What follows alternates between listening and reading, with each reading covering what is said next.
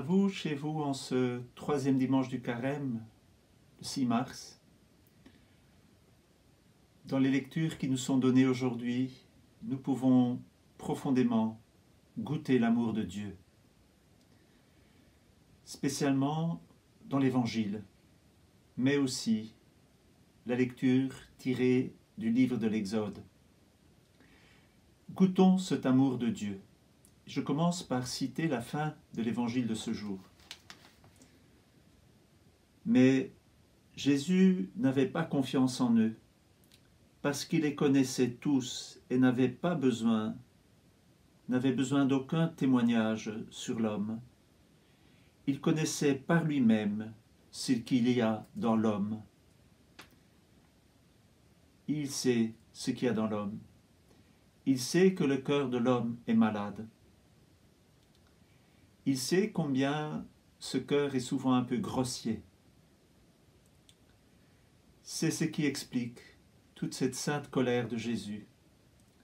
Cette sainte colère de Jésus pour son Père, par amour pour son Père, mais aussi par amour pour nous. C'est vraiment le zèle de la maison du Père. C'est vraiment le zèle de la maison de Dieu. C'est vraiment le zèle pour notre cœur qui est aussi le temple de l'Esprit que Jésus exprime dans cet évangile. Il faut savoir que Jean commence cet évangile comme premier témoignage apostolique, c'est les noces de Cana, et juste après, c'est les vendeurs chassés du temple. Les trois autres évangélistes, les synoptiques, Matthieu, Marc et Luc, mettront l'épisode de la purification du temple à la fin de leur évangile. Mais Jean le met carrément au début de son évangile. C'est très significatif. Cela éclaire finalement tout l'évangile de Jean.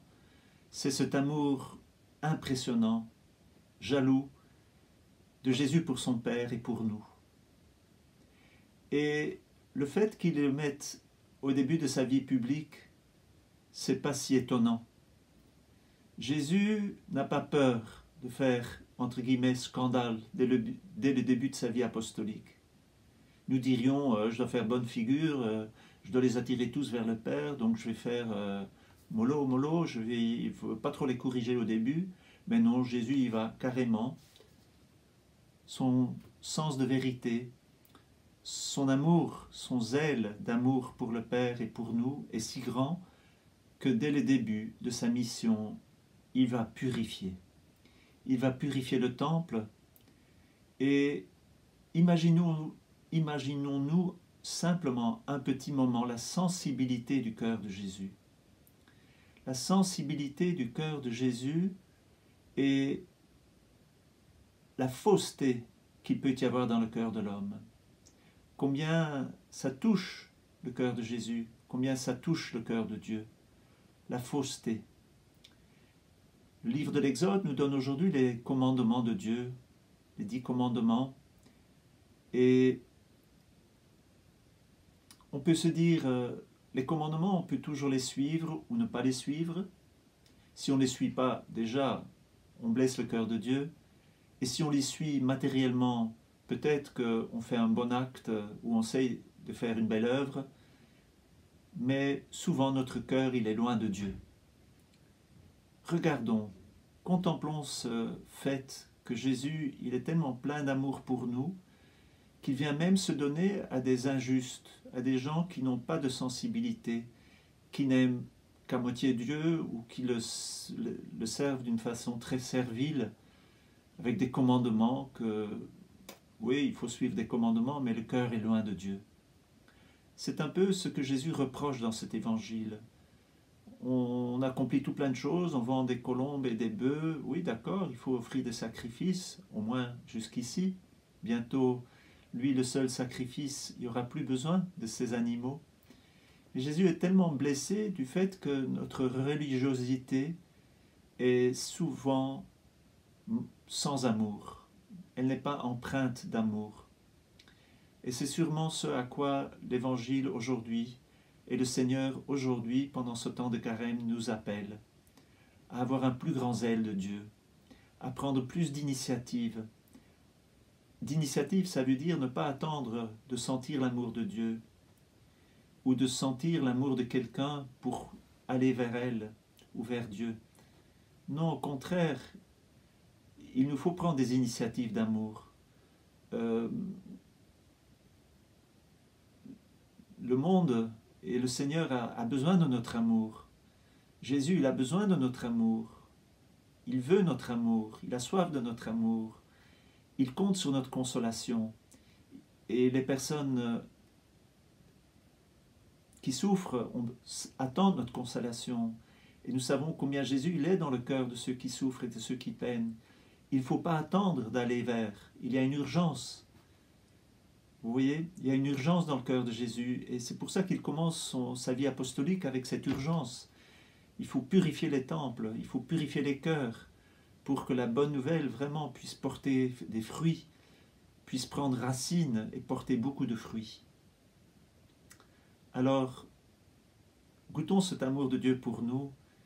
Dieu a voulu faire de nous un temple de Dieu, nous qui avons été tirés de l'argile, tirés de la terre, nous qui avons reçu toute cette création des frères et des sœurs en humanité, nous qui avons reçu de tels dons, notre corps, notre sensibilité, notre intelligence, notre volonté, et puis notre baptême, par lesquels nous pouvons vraiment être un signe de la présence de Dieu dans notre monde. Qu'est-ce que nous attendons pour être plus ardents dans l'amour, plus fervents dans notre quête de vérité, à être vrai? Alors saisissons pendant ce carême tous les moyens pour que nous puissions plaire à Dieu, pour que nous puissions plaire à Jésus. C'est dans un tel amour infini qui nous a créés. C'est dans un tel amour qu'il s'est donné pour nous à la croix. Nous ne pouvons pas ne pas répondre à cet amour. Nous ne pouvons pas ne pas voir cet amour. Alors, nous ne pouvons pas ne pas aussi aimer, chercher à aimer de plus en plus, prendre des initiatives d'amour.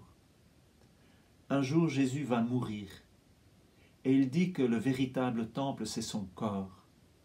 Mais le véritable temple, c'est son corps, c'est l'Église. Mais si ce corps, c'est son temple, si l'Église est le temple, nous sommes membres de ce corps. Vous voyez quelle dignité nous avons et combien peu à peu nous devenons des pierres vivantes de ce corps qu'est l'Église. Et que si nous prenons des initiatives d'amour, de charité, eh bien les fondations, non seulement les fondations, mais les murs, les charpentes, tout dans cette construction va tenir. Mais nous avons la responsabilité que ce temple, cette Église, le corps du Christ devienne de plus en plus une réalité concrète. Dieu, il est concret, il est plus concret que nous, et nous pouvons coopérer à cette œuvre de Dieu. Alors demandons à l'Esprit Saint, demandons à la Vierge Marie, demandons à tous les saints, nous recevons aujourd'hui les reliques de Bernadette, que nous puissions coopérer à cette œuvre de Dieu, aimer Jésus, être plus humble et plus fervent dans l'amour, plus répondre aux appels de Jésus qui demande qu'on prenne Marie chez nous pour aller plus loin dans l'amour. Alors je vous souhaite une bonne journée et une bonne suite des carêmes dans cette lumière de l'amour, de la ferveur, de cette jalousie d'amour de Dieu, de l'agneau pour nous. À demain.